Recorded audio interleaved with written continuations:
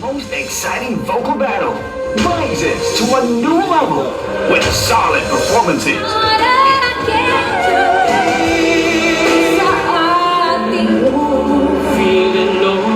and sensational split-screen harmony.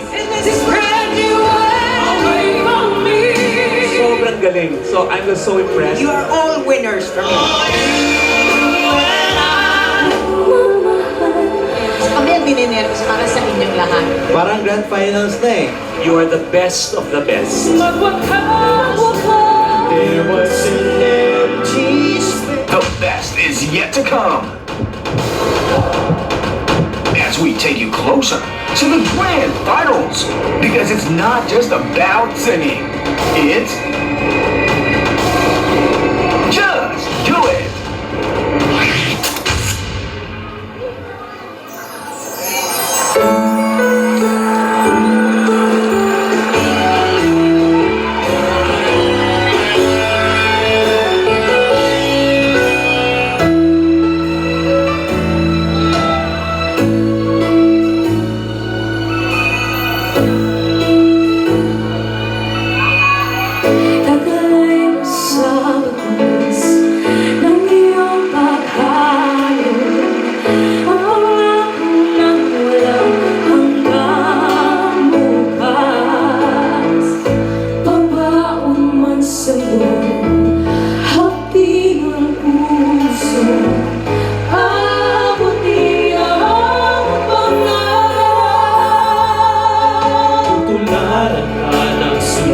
Sa ating langit, kapulit pag-aalay ng lakas, Nagpupukay sa makabagong bayani, ang buong bansa'y nagpapasalamat. Liwanin mo ang hangganan ng langit, sa ulap ng pag-asa ay iyong magkakawin, ang tagumpay ng bunga ng iyong pangkukulyagi, pangarap ng inang bayang tinatangin. Ingatan mo ang lipat ng umasa sa'yo ang bayan mong naghihintay. di mo sa dulo ng lahat ng iyong pagpapagal. Ang tamis sa dulot ng iyong tagumpay, ang tamis sa dulot ng iyong tagumpay.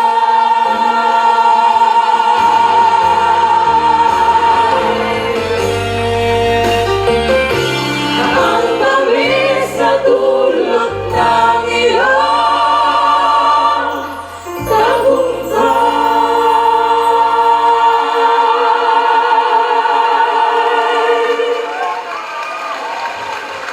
Eto na ang mas pinatindi at mas pinalevel up pang bakbakan sa kantahang pangdalawahan ang Just Do It Grand Final. Alright. The moment has come. Our grand finalists are now one step closer to the championship round. That's right, Ryan. Nung Sabado na kumpleto na po ang ating mga grand finalists. Kasama dyan ang Balladeer of Bocaue, Daniel Briones. Versatile singer of Negros Occidental, Lian Layumas. Ang call center belter ng San Rafael, si Joy Alpuerto. Ang voice coach ng Pangasinan, Ruder Robosa. Teen siren of San Ildefonso, Louie Ann Culala. YouTube sensation of Maykawayan, Donna Medina. Star soloist ng Paco, Alisa Bonobra. At ang singing prom din ng Davao, Lovely Rose Embuscado.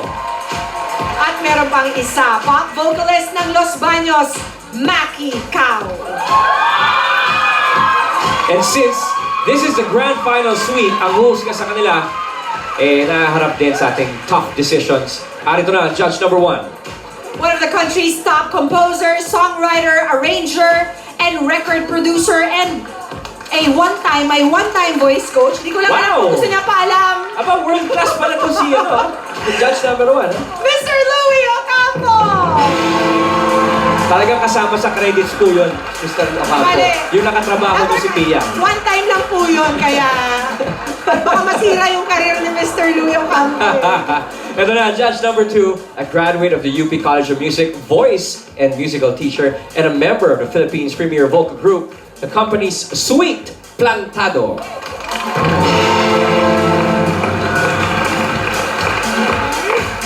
Our third judge starred in world-renowned musical plays like Miss Saigon, Hey Mr. Producer, and Jesus Christ Superstar, Mr. Robert Senya. And judge number 4, TV and theater actress, Eat Bulaga's very own traffic diva, Miss Acel, the Happy Girl Santos. Yan, no? Kitang-kita Kita naman.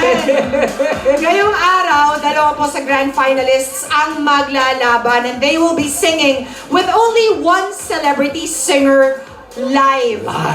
This time, magkaibang kanta po ang kakantahin nila with the celebrity singer. Aha, yan ang ating mga bagong twist for the grand finals. Ang ating mga judges mismo ang pumili ng maglalaban for today. Kaya pati na kantang aawitin nila, judges na rin ang bahala dyan.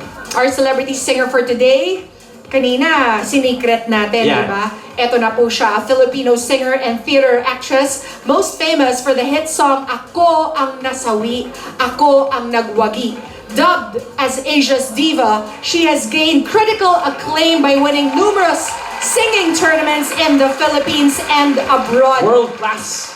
World-class talent, Miss Dulce!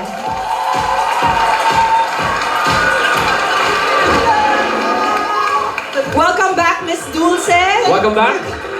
Thank you, Miss Pia and Ryan. You were here, Miss Dulce, for the first qualifying round, no? Parang nandito ka simulang-simula pa lang nito. Oo nga eh. What was that experience like singing with these guys? Actually, each time natatayo kami dito kakanta with them, para rin kami contestants eh. Kasi nandun din yung kaba, nandun yung nininervyos ka rin.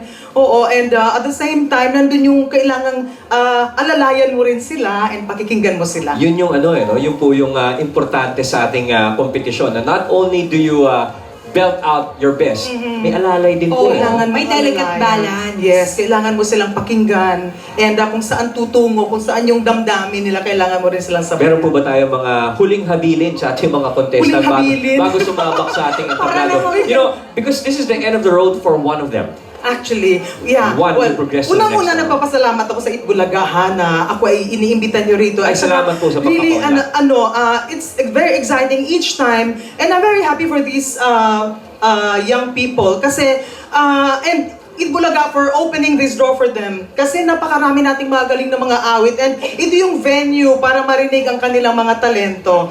And paalala ko lang sa kanila, basta be honest and be sincere with the songs that you sing. Yung pag-reach out nyo sa mga tao, kailangan kasi mensahe makarating. And talagang bawat titik ay dapat dinarama ninyo. Damdamin. Oo, Yeah. damdamin. Thank you very much for that, Miss Dulce. Are you guys ready? Simulan na natin ang laban.